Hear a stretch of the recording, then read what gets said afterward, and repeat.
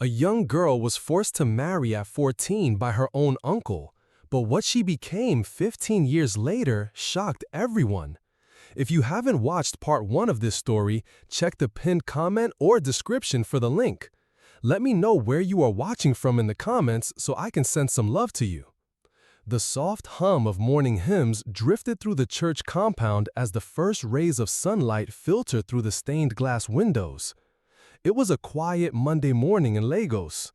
The night vigil had ended hours ago, and most of the worshippers had returned to their homes, leaving the church eerily silent, save for the occasional footsteps of the cleaners sweeping the compound. Pastor Martins, a tall, gentle man in his early 50s, walked into the main hall, adjusting his glasses as he surveyed the empty pews. That was when he noticed her, curled up on a wooden bench near the sidewall, covered with a faded shawl, still fast asleep. He paused for a moment, watching the girl. She looked young, barely in her 20s. Her wrapper was rumpled and her hair scattered from a restless night. He took a few steps closer and spoke softly. "Hello, my daughter. The service has ended. Are you all right?" Olivia stirred, blinking as the morning light hit her face. She sat up slowly, embarrassed, her eyes darting around the unfamiliar surroundings. I'm sorry," she whispered, her voice raspy. "I didn't mean to. I just needed somewhere to sleep." The pastor softened. "You were here all through the night?" She nodded, clutching her bag to her chest. "I arrived Lagos very late. Our bus broke down so many times. I don't know anyone here. I saw the lights and heard prayers. I thought maybe I could just rest here." He sat gently on the pew opposite her. "What brought you to Lagos?" There was a long silence. Olivia looked away, tears welling up in her eyes. Her voice trembled. I ran away from my husband," she said quietly. "He's an old man. My uncle forced me to marry him after selling everything my parents left behind. I was just 14. I stayed there for 10 years, 10 long years." The pastor's brows furrowed in shock. "Dear Lord, I couldn't take it anymore. The beatings, the insults, the other wives treating me like a slave. So I waited for the right moment. When the compound caught fire last week, I ran. I left everything behind. I don't know what I'm going to do now." Her voice cracked. "I have no money, no family, no home." For a while, there was only silence. Pastor Martin sighed deeply. "You are safe here, for now. God brought you into this house for a reason." She looked up at him with tear-filled eyes. "But what will I do? I don't want to go back." "You won't," he said firmly, "but we must take it one step at a time. For today, you will stay in the church guest room. It's not much, but it's clean and private. Then we'll think about the next step." Olivia clutched her hands together. "Thank you, sir. Thank you so much." He stood up and called one of the deaconesses who had just arrived from morning cleaning. "Sister Ruth, please prepare the guest room. We have a visitor who needs rest and safety." As the woman led Olivia to the small room at the back of the church compound, Olivia felt a faint warmth in her chest. It wasn't comfort, not yet, but it was the closest thing she had felt to kindness in years. Inside the guest room, she dropped her small nylon bag on the bed and sat down slowly. The room smelled of soap and disinfectant. A small fan whirred in the corner. For the first time in a long while, she didn't feel watched, controlled, or afraid. Later that afternoon, after a hot bath and a light meal, the pastor returned to see her. "I need to ask," he said gently, "do you have any skills? Anything at all?" She hesitated, then reached into her bag and pulled out a small book, the same tattered notebook her late mother had given her as a child. Between the pages were folded sketches of dresses, hand-drawn designs, and careful notes. "I used to sew," she said. "I taught myself in the village. People liked my designs. Sometimes I stitched for the other wives." Pastor Martins looked through the pages with interest. "You have a gift," he said. "Perhaps it's time you used it." She blinked. "Do you think I can make it here?" He nodded slowly. "With God, all things are possible, but you must be willing to start from the bottom and trust that your pain has not been wasted. Olivia looked down at the notebook, then out the window where the sun now shone brightly. It was a new day, and maybe, just maybe, her life was about to begin. The next morning, Olivia was up before the church bell rang. She had barely slept, her mind buzzing with uncertainty and cautious hope. For the first time in years, she felt a hint of purpose, no matter how small. After brushing her hair and neatly arranging the simple clothes she had, she stepped out of the guest room and into the cool morning breeze of Lagos. Pastor Martins met her by the front steps of the church. He gave her a reassuring smile. "Come, let me show you something." They walked a short distance down the street. The early hour meant the neighborhood was still quiet. Just the hum of generators in the background and a few street hawkers setting up for the day. About 4 buildings away from the church stood a small, modest shop with a faded signboard that read, "Graceful Stitches, Fashion and Design." Inside, 3 young women were already seated at their machines, their feet pumping gently as fabric glided beneath the needles. A woman in her 40s with glasses and a tape measure around her neck stood supervising.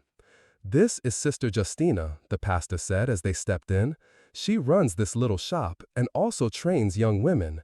I've spoken to her about you." Sister Justina extended a hand and smiled warmly. "You're welcome, my dear. The pastor said you know how to sew." Olivia nodded shyly. "Yes, ma, but only local styles. I'm not that good." "That's fine," Justina said. "You'll improve. What matters is that you have the passion and you're willing to learn." Olivia swallowed, blinking fast. Thank you so much." For the next 30 minutes, the pastor and Sister Justina discussed how the training would run. Olivia was to start that very week, attending daily for 3 hours in the morning. The church would cover the cost for now. In return, Olivia would also volunteer as a church usher, a way to stay active and grateful to the church community that had taken her in. Later that day, Olivia was handed her first usher's uniform, a simple white blouse with a navy blue skirt and a matching scarf. When she entered the church that Sunday, wearing it for the first time, she felt like someone new. She stood by the aisle, gently guiding worshipers to their seats, holding a soft smile and quietly whispering, "You're welcome," to each person who walked through the doors. Most of them didn't know her story, and she preferred it that way. For now, she was simply Sister Olivia, the quiet, respectful usher with kind eyes. After the service, she sat quietly in one of the back pews, notebook in hand, sketching. Her mind was filled with new patterns she had seen earlier in the week at the fashion stall: lace blouses, detailed embroidery, modern cuts. It was nothing like the plain wrappers and blouses she had sewn back in the village. Days turned into weeks. Olivia became a regular face in the stall and in church. She swept the floor before service, helped arrange the hymn books, and made sure guests were welcomed with a warm greeting and a comfortable seat. On weekdays, she ironed fabric, cut patterns, and began learning how to use an electric sewing machine. She didn't talk much, but her quiet determination was obvious to everyone around her. "You catch on quickly," Sister Justina often said, "and your handwork is neat." Olivia would nod, barely able to contain the joy that came from those words. She still had nothing to her name, no house, no money, no family, but for the first time in years, she was no longer invisible. Her skill was her voice, and she was beginning to find it. One evening after service, Pastor Martin stopped her at the gate. "You've adjusted well," he said. "I'm proud of you." Olivia looked down. "It's the first time someone has said that to me." "You deserve it," he replied. "Keep going. God is not done with you yet." She nodded, fighting the lump rising in her throat. Though the road ahead was still uncertain, she now had a corner of the world to stand in, a needle in her hand, and a growing belief that maybe, just maybe, she could rebuild from the pieces. The hum of sewing machines had become a sweet rhythm in Olivia's ears. Each day brought a new design, a fresh challenge, and an opportunity to prove herself.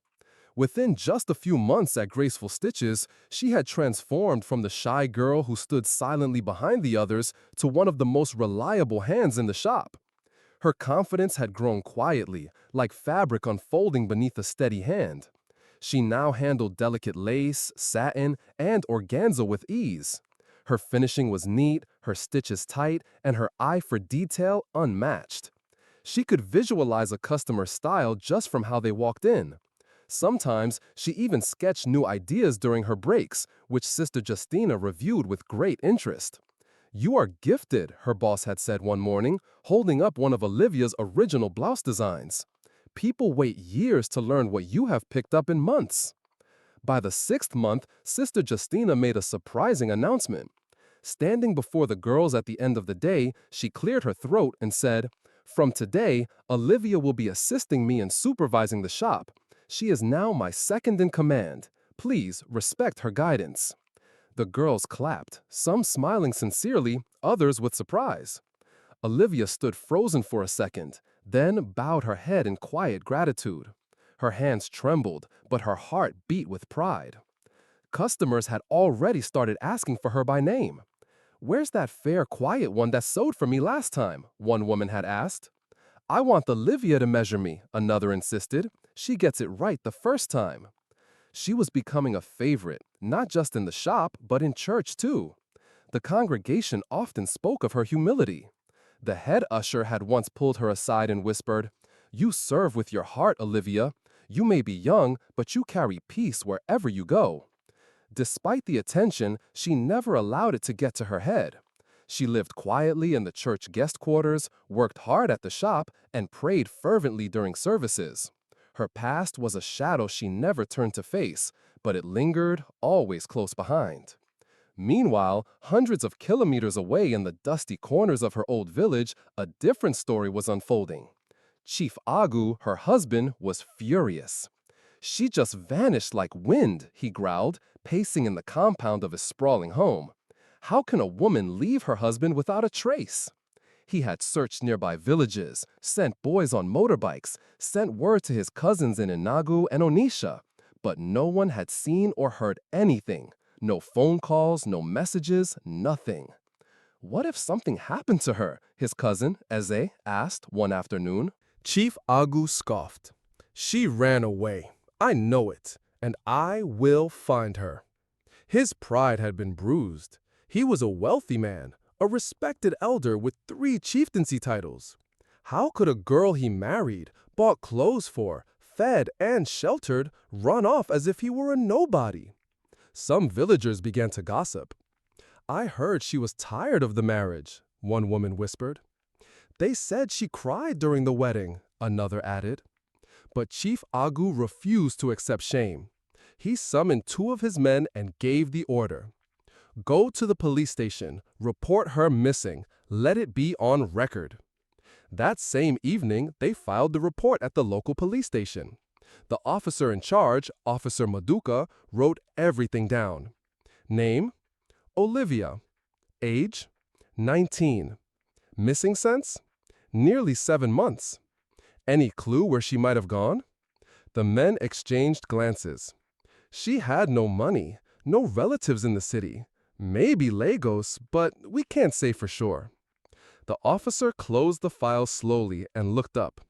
"We'll circulate the information, but Lagos is a big place. If she doesn't contact anyone, it'll be like looking for a grain of rice in the market." Still, the report was made, and the search for Olivia had officially begun. Unaware of the storm brewing in the distance, Olivia went on sewing dresses and greeting customers, completely unaware that the quiet life she was building was now on the brink of being shaken.